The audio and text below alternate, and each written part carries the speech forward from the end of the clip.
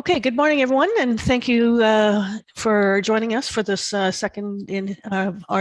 second workshop supporting applicants for the 2022 Health Professional Investigator Award.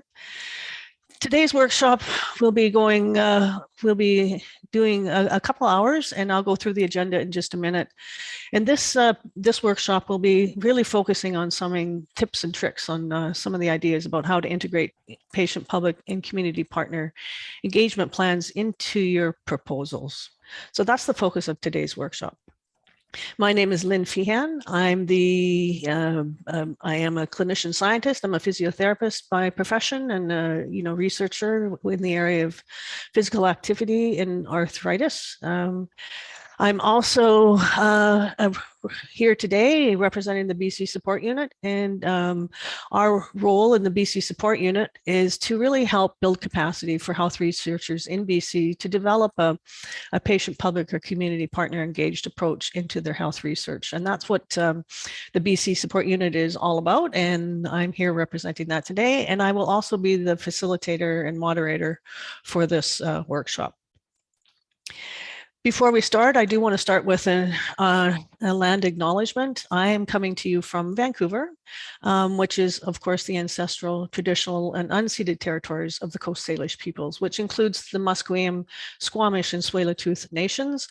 And I'm always happy to have the pleasure to really live, work, and play in this phenomenal part of the world. It is truly one of the most spectacular places on this planet, and I'm happy to be here. I invite you as well, if you're coming from other parts of the province and joining, to please enter your land acknowledgement if you are interested in the chat as well. And we'll be capturing the chat in an anonymous fortune, but we'll be seeing who and where people are from in this amazing province.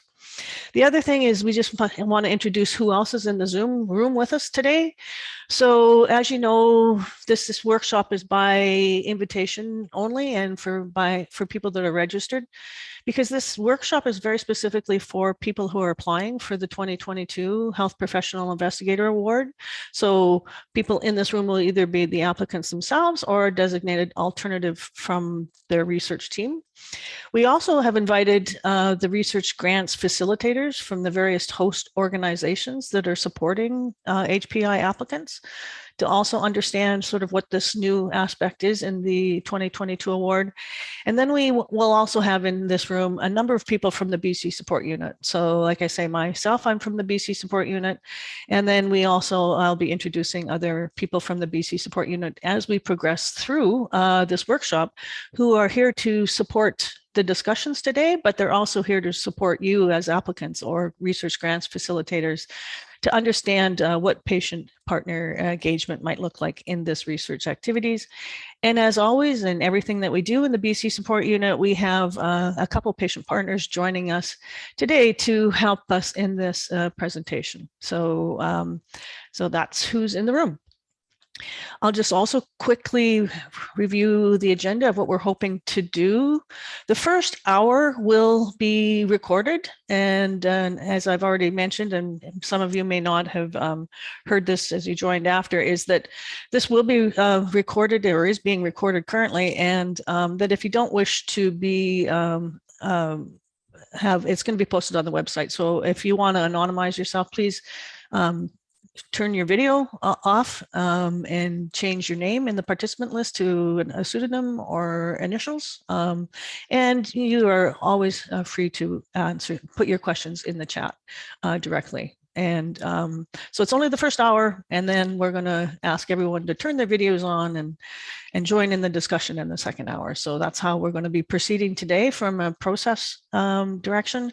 The first hour, I'm going to give just a 20-minute overview of why, when, and how we patient and public partner reviewers will be reviewing these applications. And then we're going to, which I'm really excited is to have, we have 2 patient partners here that are experienced reviewers of many different types of health research. And we're going to have a conversation discussion with them about their perspectives about what is what are reviewers, patient and public reviewers doing? Why are they doing it? And how will they be looking at these applications? So that's the piece that we're going to do. And then we're going to have a quick break depending on timing. And the last hour, we're going to get into sort of a more guided interactive discussion about how you could be providing some of these opportunities for highlighting your partner engagement in your proposals. So that's the plan for the next 2 hours. And so I think we can just launch right into it. So the first 20 minutes, again, you're just going to be listening to me chatting and talking to you. A couple carryovers for those of you that didn't attend the previous workshop. This terminology that we're using for partner engagement in health research, you're going to hear us referring to patient, public, and community partners engagement because it's an all-inclusive term. In the BC Support Unit, we tend to land on the term patient partner because that's kind of in our title, and the work that we do is patient engagement in research. But in fact, patient can be any of these. We're talking about any of these terms applies to patient, public, or community partner engagement. And at the core of engagement and meaningful engagement is that you're identifying and working with people that have the relevant lived or living experience of the health topic relevant to the focus of your research. So if you're working with members in the community that are living with HIV, or you're working with members in the community that are living with substance use issues, then they would be community partners, right? Versus someone who's a patient. So we're not going to get hung up on the terminology, but just keep in mind that you might hear us referring to patient partners all the time. And in fact, it could be any of these. Whatever of this term is reflective of who will be impacted by your research, then that's the term that you probably will be looking forward to. The other thing is just again a reminder that this is the second of a series of workshops that we're offering. The first workshop was on May 19th. Sections of it will be posted, as well as this first hour of this workshop will be posted on the HPI workshop website. So you're free to go back and look at them or share them with your team members as you see fit to help them get some of this information as well. So this is training to help you and to support either as an applicant or people supporting applicants to really understand what does this mean and how can you actually build in meaningful partner engagement into your proposals and your planned research is one aspect of what's new to the HPI award this year. But the second aspect that's new is that patient, public, and community partners will be reviewing some of these applications. And I'm going to go through when and where and how. That's pretty well the focus of this workshop. How to do and what does meaningful partner engagement was covered in the first workshop, and certainly feel free to go back to review that. And that, again, this is part of what the BC Support Unit is we are part of Health Research BC, but our focus, again, is really helping health researchers in BC, not just health researchers applying for the HPI award, but health researchers in BC, to understand what meaningful partner engagement is in health research and help people like you understand and be able to confidently adopt this strategy if this is something that you're wanting to do. So it's not just information, we're here to help you to do it as well. So I'm going to go through that. So this is a schematic of the process of the timelines for HPI applicants. So we're now in the very 1st of June, and you guys are all in the middle of writing your proposals for this application. You've got another month to sort of work through and finish those up. And we are offering these 2 workshops, again, at the time that you're writing these proposals to help you think about how you can integrate some of this information into your proposals. And that's kind of what this workshop is about as well, is to help you kind of figure out where and how in your grant applications you can sort of include these kinds of plans and strategies into your proposals. At the end of June, when you've submitted your applications, as you know, all of the applications we're going through a scientific peer review process. So that peer review process is happening like it always does in all applications. Nothing different. It's peer review. It's a scientific review. All applications will be reviewed for their scientific merit based on the usual criteria by peer clinician scientist reviewers. And when that review process is completed, there will be a number of applications that will be determined that they are in the fundable range, that you've hit the scientific merit. So it's not required in your proposal to have patient and public partner engagement in it. It's something that we're strongly encouraging you to do, but it may or may not have any influence on the scientific peer review process. So just to kind of reassure you that that's the piece, that scientific review process happens independent from this patient and public review. However, if your application does make it to the place where that you're potentially fundable, then we're going to and work with you in a more fulsome way to help support you to build out maybe some further patient and partner public engagement plans into your proposed research. The first of that is having all of these applications. They will undergo a peer review, but not a peer review, a patient, public, and community partner review. And I'm going to spend a lot of minutes explaining what that will look like in a minute. And then those applications, those comments will be coming back to you as an applicant. And then we will work with you to sort of respond to those comments and build out maybe some more engagement planning into your proposed research. And then if you go forward and you are funded, then you will also be eligible for some top-up funds to support your engagement activities. So the idea is to support you and help you to be successful in your patient and partner engagement. It's not a competition. It's a piece that we're seeing that all applicants, we were hoping will adopt this strategy, and we're here to support you to do that. So I'm going to now just focus on what are the patient, public, and community partners going to be looking at in your proposals. What are they going to be doing? So keeping in mind, patient, public, and community reviewers are not mini scientific reviewers. They're not. Your proposals have already been reviewed by the science review panel. They're there to look at it with a very different lens and for a very different purpose. And so there's certain sections of and pieces that we will be asking them to look at in your proposals and review, and I'll go through all of these, but there's kind of 4 focus areas where they'll be looking at with their own lens, and then they will be going together as with a review panel of patient and public reviewers, and then sort of collating these findings and their recommendations and their thoughts, and those will come back to you directly as an applicant. So you're going to get direct feedback from the patient and public applicants for your own consideration. So what's that going to look like? So the first thing that a patient and public community partner reviewer is going to be asked to comment on is to really look at the readability and the understandability of your lay summary. It also is the place where they're going to get the first glimpse of what is your proposal all about. So your lay summary is, a lay summary, as you know, is not just a revised reversion of the scientific summary. It's written for an audience that is intended to be non-experts in your area and a language that they should be able to understand, and should fairly succinctly describe what the research is doing, who will be doing it, how long will it take, what are you intending to achieve, what are the potential impacts, those kinds of things.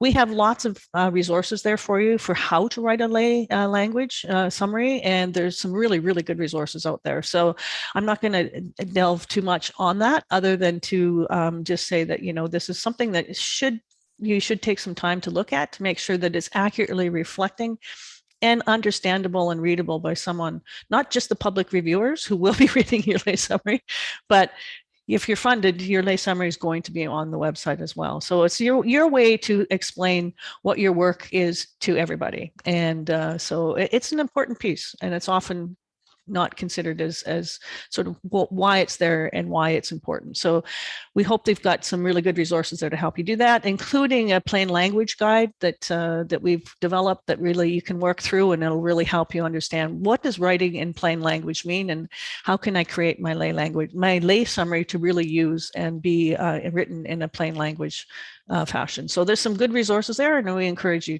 to use those. And then the reviewers will be asked, did you guys hit the mark? I've read this lay summary. Did I understand it? Does it make sense? And then they can provide feedback to you. This was great. I fully understand it. Or maybe they're going to give you some feedback and say, maybe this is an area that you can work on in your lay summary. So the next thing that they're going to be looking at is, even though they're not looking at, they do read the full proposals, and they're asked to read the full proposals, the full application. They have access to the full application, but they're not reading it with the lens of the same lens as your peer reviewers are, that are also looking at the relevance, the importance, the impacts, the feasibility. Those are key pieces that they're looking at it, but they're looking at it from an academic researcher perspective.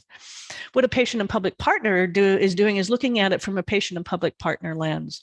So they're looking at whose priorities is this? Is this just your priority as an applicant or a scientist? Is there any indication that the work that you're focusing on is an important priority of the people that are going to be directly impacted by the work? Is it addressing questions and outcomes that are relevant to members of the public or patients, people with a lived or living experience that are going to be impacted by your research? And they're also going to be looking at it is, are you proposing a body of research that members of the community or patients or whoever that you're trying, will be impacted by your research are going to think that that's reasonable or doable. So they're also going to be looking at it from the perspective of a potential research participant. Is what you're proposing doable, feasible, too much burden, all of those kinds of things. And they can provide you feedback on that as well. So they can, you're going to be getting some feedback on that. The other key piece and an important piece from our perspective is what they're there is these are experienced patient and public partners in research activities. They know what meaningful partner engagement is in research, and they also know when it can go wrong and where there's some problems. And so they're going to be looking at your proposals and applications and looking at, is this applicant really looking at opportunities for meaningful engagement with patient, public, or community partners, or people that have the relevant lived and living experience of the focus of your research? And are they engaging them in the ways that are meaningful, but also are they engaged in a way that's feasible, realistic? The patient partners on your research teams are not salaried people. This is not their job. They're there to help you in certain aspects of your work. And so we often use the term meaningful engagement. Doesn't mean that patient partners and patient or your community partners need to be spit this one up. Meaningful engagement doesn't mean that patient partners need to be engaged in everything. So what we're talking about is what do you think you would be, do you need and want from a patient or engaged community partner? What are their interests and desires? How can you work together to develop and have them support aspects of your work that is going to make a difference and that they're supporting you in the decision-making process? So you're bringing them in and you're engaging them, and it evolves over time in your research. And, so that's what meaningful engagement is. And so it's not just sort of, and the other one is that we very clearly, and we support the meaning is that poor patient partner engagement is worse than no patient engagement. It can actually be harmful. So we need to make sure that we can help you and support you to understand, go beyond the idea of tokenistic engagement or engagement that's actually potentially harmful for the patient partner. That can be traumatic. There can be some triggering events. There can be all sorts of things that might not go as well as you hope. So it's helping both the patient partner and you as the researchers to understand how is this collaborative working relationship work? What kinds of activities could you be working on, and how can we help them? So they're reading it, looking at that, like, would I want to be a patient partner on this team, or is someone like me or someone with the relevant, what are they thinking? What are maybe some of the things you're writing in your proposals that might be something, a red flag to them, that they can reflag to you and say, do you mean this? Is this something what you mean? This is, so they're coming back, giving you constructive feedback. And then the last thing that they're going to be providing you with information is that they can provide just that overall impression of what you're proposing to do from a non-academic perspective. Again, really important, the overall impressions. And this is also the opportunity where if you don't have anything in your proposal with partner engagement, where they could provide some suggestions for where you might and some of the activities that you could use patient and public partners in your review. And so it's just sort of providing them with the opportunity to provide you with what we hope is some important feedback. Like, it's not just I've reviewed it, it's checked, it's been reviewed by patient and public partner. The purpose of this engagement is help you to understand how patient partners can work with you. They will be going through a similar review panel that this peer review partners. So the people that are doing these reviews will have a certain number of proposals they will be reviewing, and then they will get in together, just like the scientific review panels, presenting the applications, what their thoughts and recommendations are, and getting further feedback from the other reviewers so that you kind of get the feedback and a bit of vetting from other patient partners. And then that's what's coming back to the applicants, is that review. It'll be in a standardized template, and the opportunity, you will be provided the opportunity to consider what these patient and public partners have been doing. And most importantly, we will work with you one-on-one at this stage.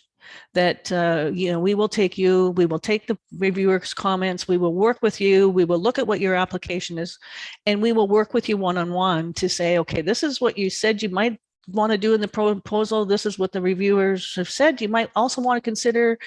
And now let's work together and think about what is feasible, what can you actually do, where can you start? So if you're already meaningfully and engaged fulsomely in your engagement with your community partners, great. You just go with what you've already proposed, and we'll support you in doing that.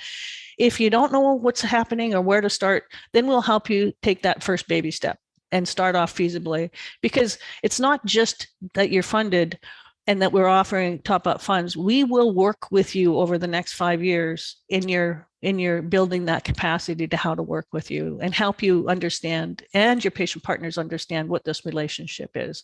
So it's the money is nice and it is important because there are some expenses related to partner engagement. This is a salary award.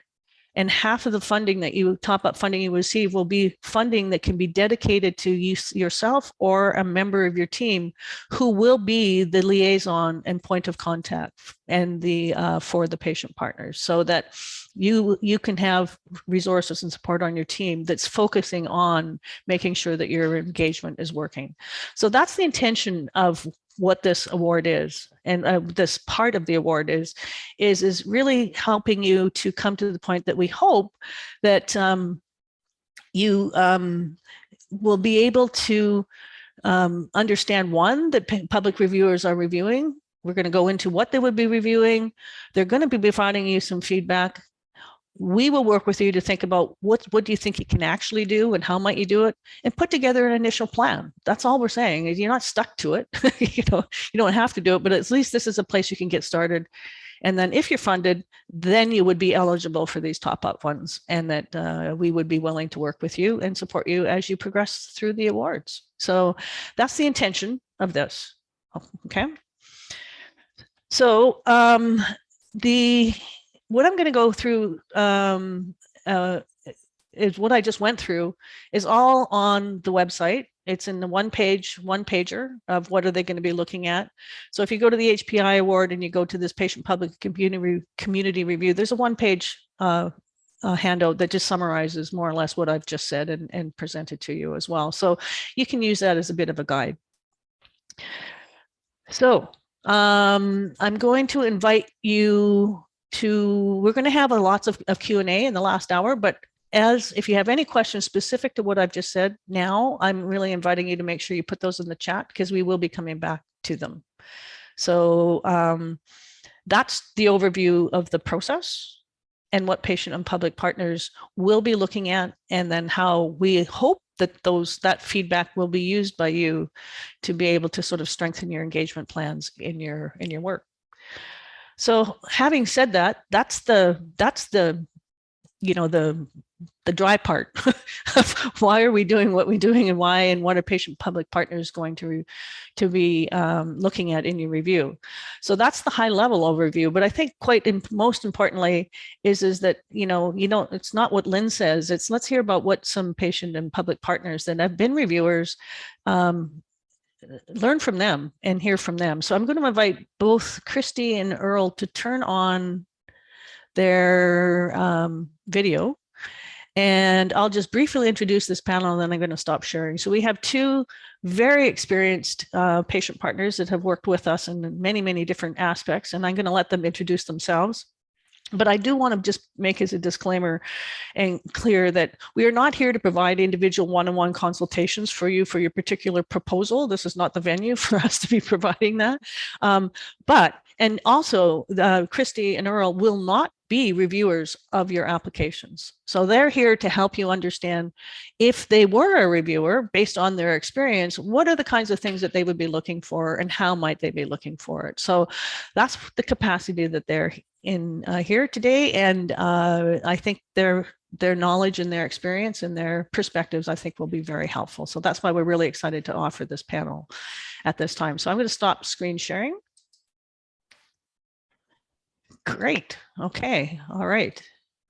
I'm going to just, sorry, stop screen sharing, but I didn't square that. Okay. So I'm going to start by letting Christy and Earl introduce themselves and have them explain to you why they think they're here today.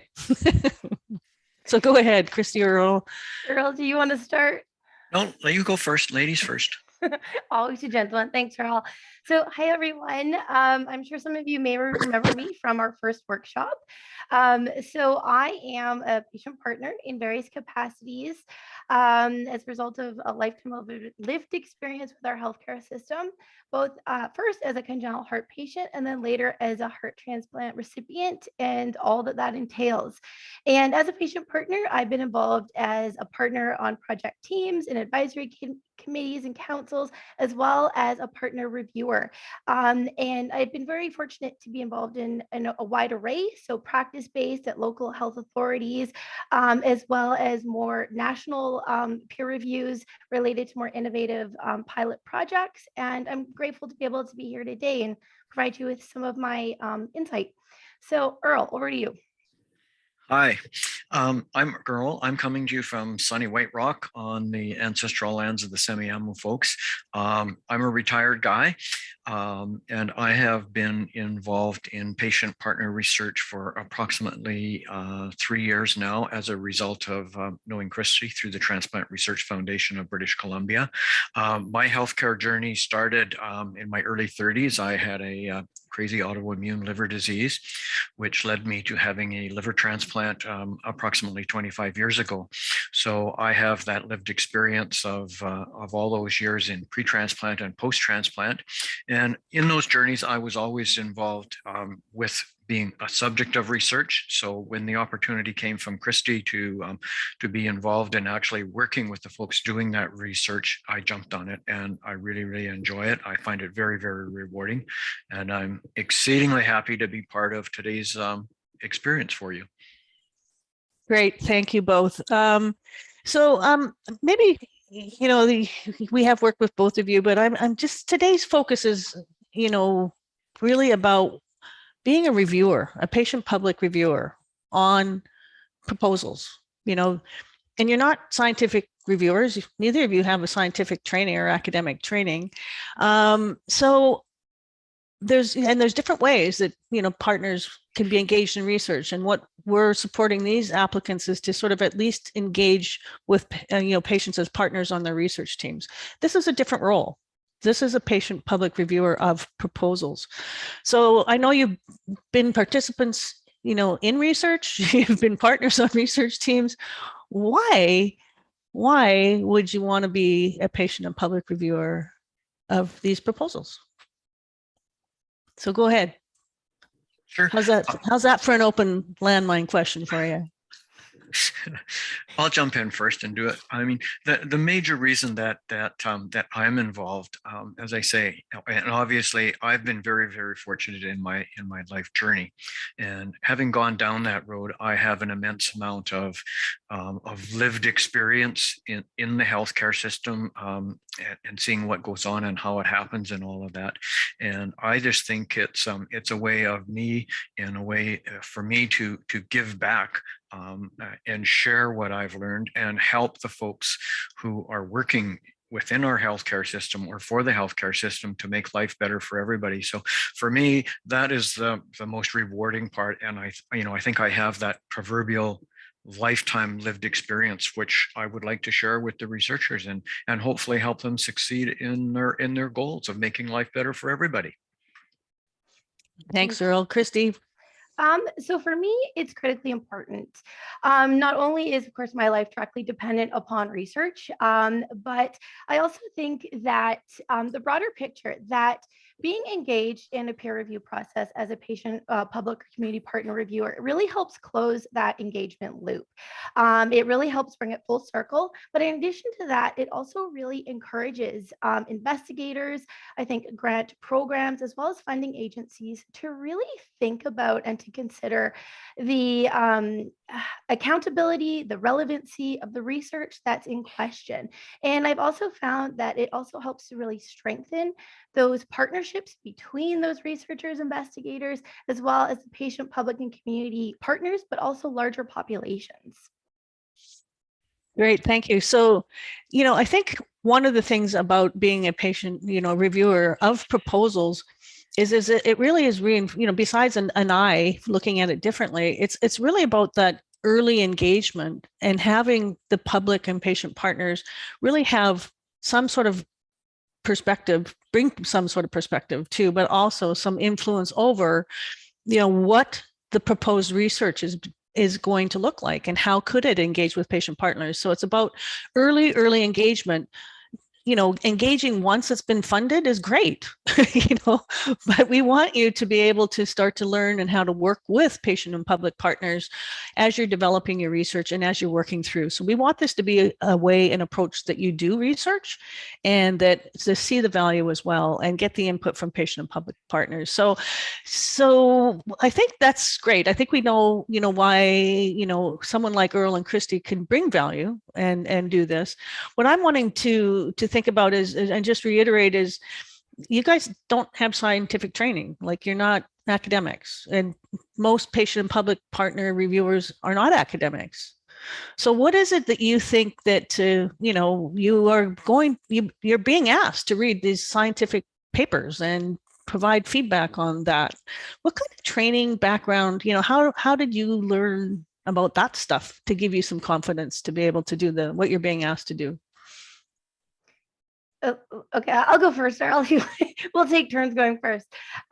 So for me, it's really important, I think, that, I understand, and I hope all of you understand as well, that for patient, public, community partners, we're not there to look, as Lynn has repeatedly said, to look at that sort of scientific merit, validity, or the robustness of those projects. We're looking at it from that lived experience lens.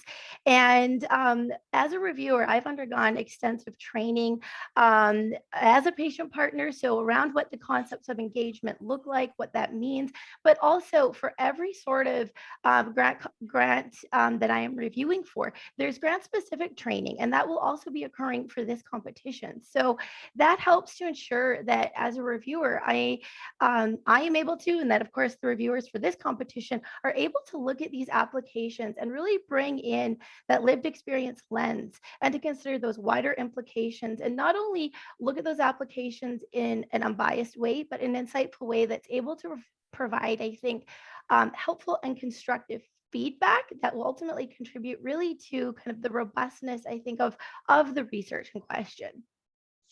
Lynn, I don't know if that answered your question. No, that is. I think that, no, well, I don't think it was a specific question, but Earl, I'm just wondering, from your perspective, besides that training, that's grant specific, doesn't knowledge and understanding of what is research and health research and how is it done and different types of research, how, that's not something that's natural to someone in the public that doesn't have that training. So, but is that important and an essential piece for someone to be able to read these? Absolutely, I think so. And I was very fortunate before I actually got involved in the in looking at reviews and attending various seminars. I attended a couple of seminars where they took research right from the very beginning and explained exactly the process of how research is done, why it's done, and went into all the nitty-gritties of everything that a researcher does and goes through. So I was very fortunate to get that perspective, because you kind of hear about research, but when I heard how long it takes to actually when you start at square one and you finally get to somewhere, the incredible amount of work that is involved and all the ethical background and all of those cool things, and then the end results in terms of the amount of work that is done. And then in addition to that, before I actually did any reviews, I was very fortunate to attend a number of seminars put on by the BC Support Group, where we were advised of the various things, the elements to look for as we went through various things. And in a number of those, one of those seminars that I vividly remember today, we were paired with members of the research community. And I found that incredibly valuable, that you were able to actually sit down in various groups and, from a patient partner perspective, or educate and understand what these folks are doing, and then what we were doing to share those opportunities. So from a training point of view, it prepared me very well, I thought, to be able to actually look at an application when it came my time to do it. Great, thank you. That's wonderful. And I think one thing that is clear is that not only does the BC Support Unit and our role in this particular application here to help you as academics to understand what meaningful partner engagement is and provide that training and support, is we are there providing that training and support for the patient partners. And, you can't just pull someone off the street literally and say, you're going to come and review these reviews. There is some knowledge and background that these reviewers will be bringing, besides their lived and living experience. We do spend a lot of time training and supporting these public reviewers to ensure that they're confident and able to provide these reviews as well. So again, it's partnership is about true meaningful partnership and training and supports. And that's part of one of the important things to understand is that, they're coming to you with this experience, and this is, the people that we'll be reviewing will be provided that same support. And so that's, at least an understanding of who and why and how they will be reviewing it. So let's move now a little bit to, if you were going to be reviewing these applications, and they've been given, both Christy and Earl have been giving the sample applications, and we've gone through what these would look like. We just want to maybe get some feedback from them. If they were a reviewer, and so given those 4 components that we looked at, the first one was, look the lay summary. So my question to you, either of you, or the first question, and one of you can answer this, and it doesn't really matter, is if you're reading the lay summary, when you're reading the lay summary, why are you reading it, and what are you looking for as a reviewer?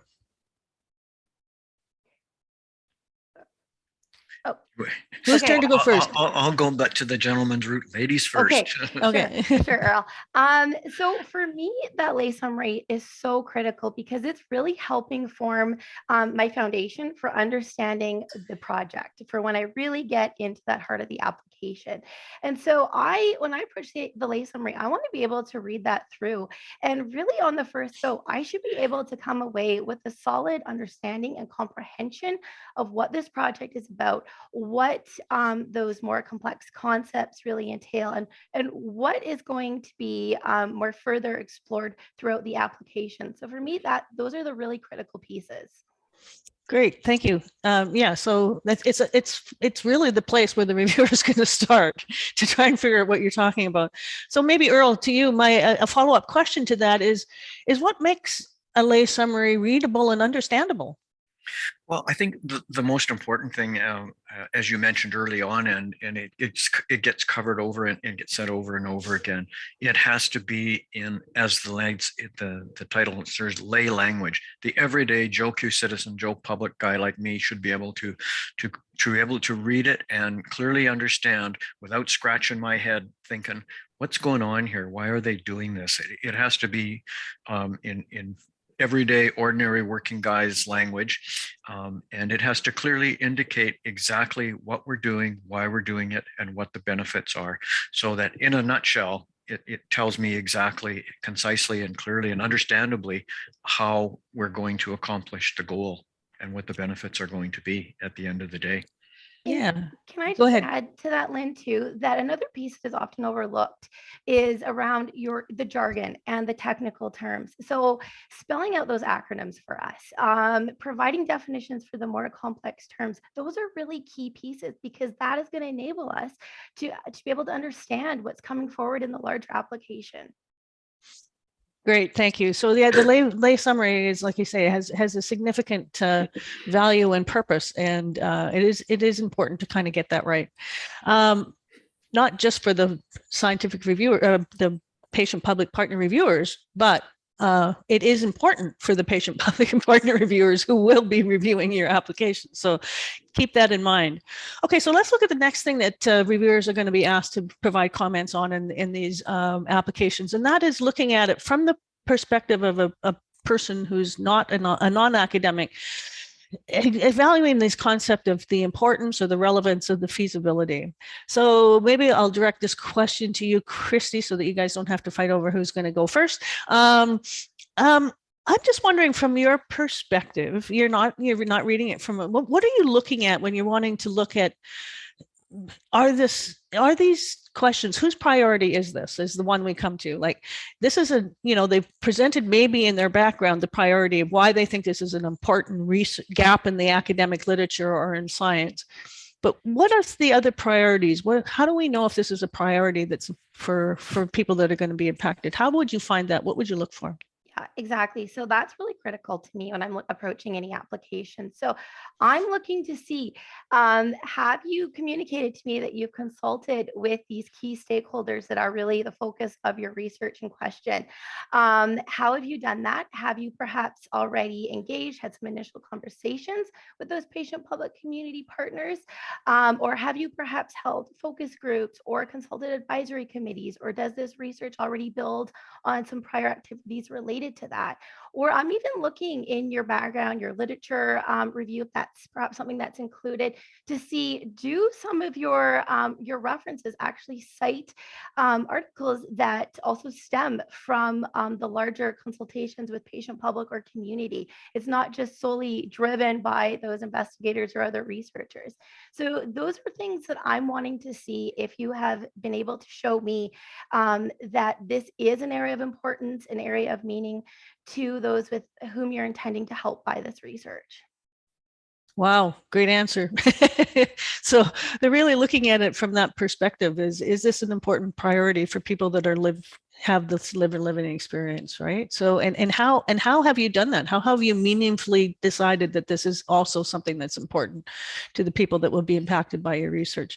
So Earl, in a follow-up and related question, and I think because you mentioned that you have been a participant in a number of research studies as a participant, but also you've been a partner on a research, which are two completely different things, and they can often be conflated. But my question to you is, when you're looking at this person is proposing this whole series of methods and procedures and notes and all of this stuff that they're going to do, maybe with research participants, when you're reading it as a reviewer, what are you looking at from that perspective? And what feedback could you provide around, the potential burden or the potential harms or some other considerations? Well, I think the major thing that you want to, or that I'm looking for, is how realistic is this to if I'm a patient and I'm going to be asked to do various things, is it reasonable for me to be asked to perform certain maybe going for certain tests, having to travel to various locations, maybe having to be engaged digitally with a device via Zoom or something like that. Is it a realistic challenge to ask the individual to do that work? And if it is or isn't, are you able to provide them with some peer support, for argument's sake, by someone who's been down that road and done that, and say, okay, I can show you how to use this gizmo, this gadget, or whatever it might be.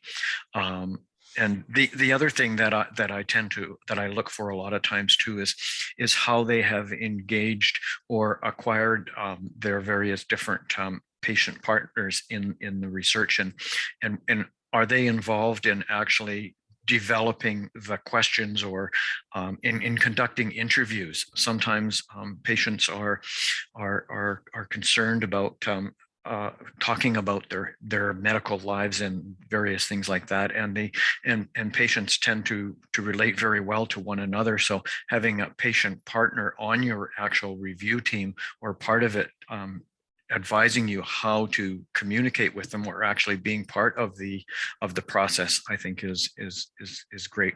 And when you see that documented, that we've approached XYZ community group to acquire patients or involve patients in it, when you see those actual things in there, and lots of times too, we will actually see letters of support from the patient groups or patients that have been involved.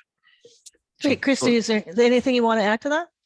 I think, sure. I think, Earl, you hit kind of the nail on the head, especially when you're talking about related to around undue harm or burden or safety. And I think that we're also looking at, do any of your potential designs, your methodology, your recruitment strategies, is there any potential not opportunities, but any potential area where this could cause undue harm, burden, stress, or trigger trauma? And it's about ensuring that what you're doing is also culturally safe.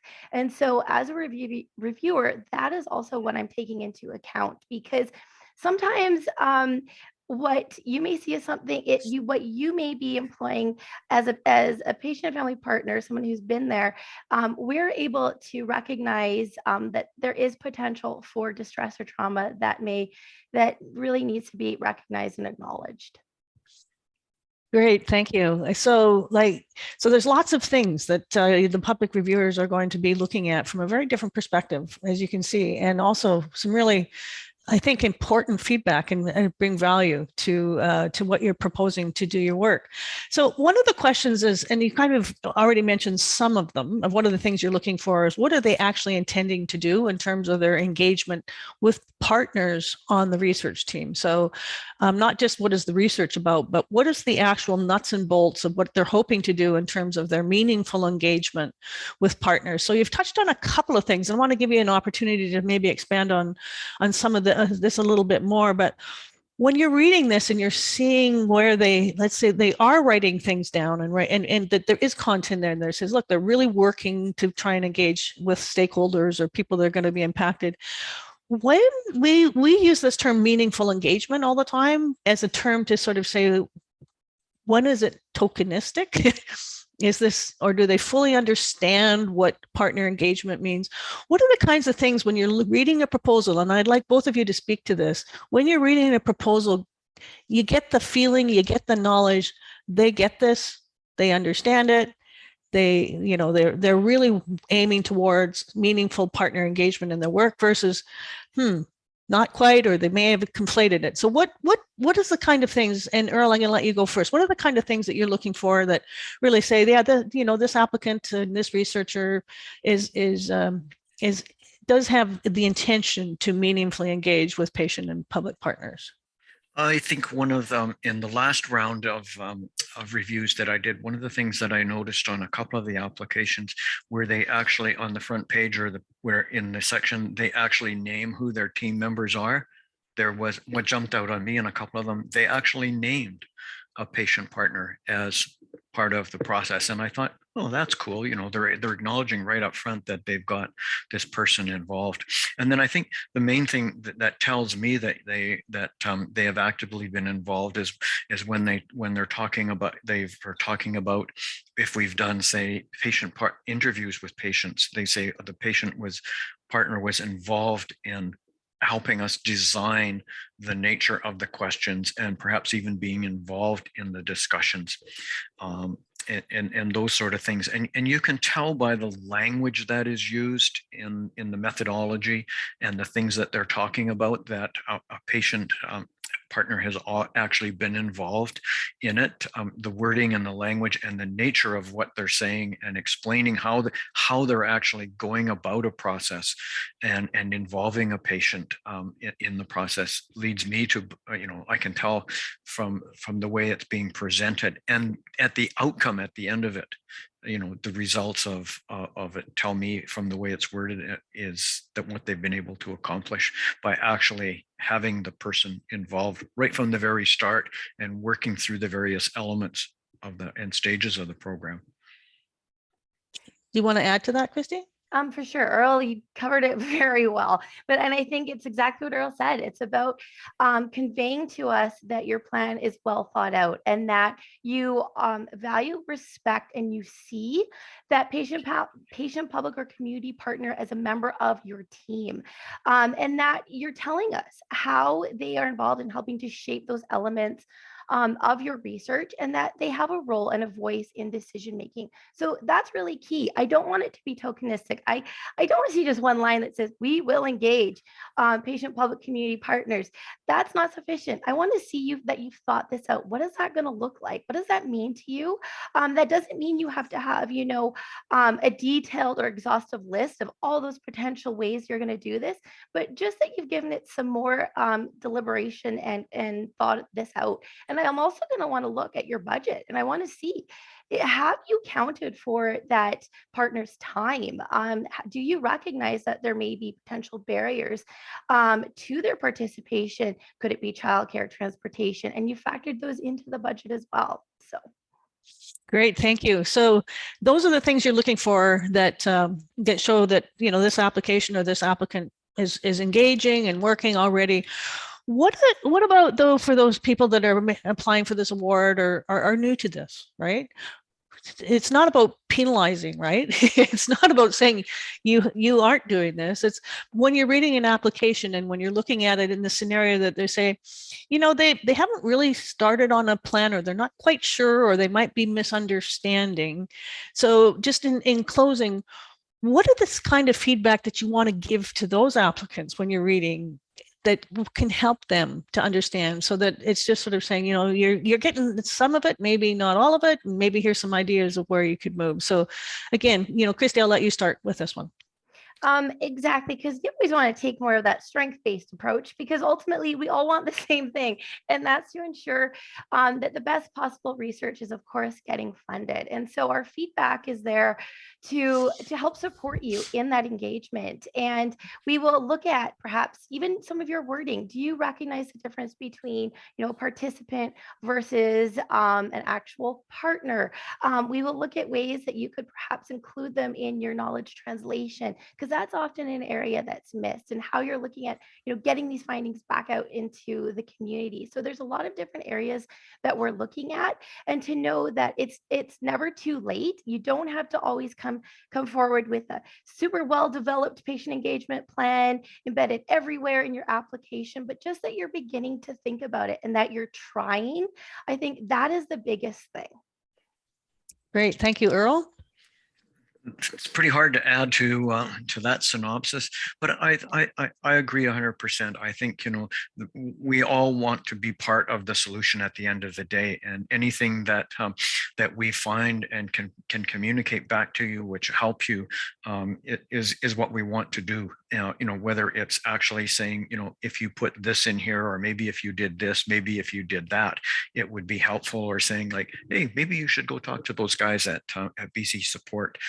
unit or whatever. And I think the most important thing, it all revolves around the relationship, and that's, I think at the end of the day, that's what we all want to work towards, is having a relationship where the patient partners are working with in partnership with the researcher. So I think it's an incredible opportunity to provide them and help them along the way.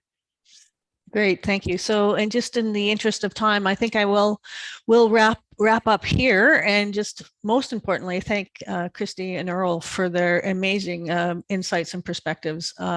You've been really, really, really helpful for this, and it's also, just to sort of end, is not, the patient and public reviewers are there to help you.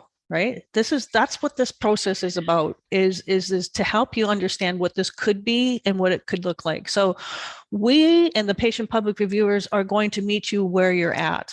It's not going to be, oh, this person didn't put it and this one has a great one, therefore this one's better than the others. It's about, let's bring everyone up to feeling that they are able and capable.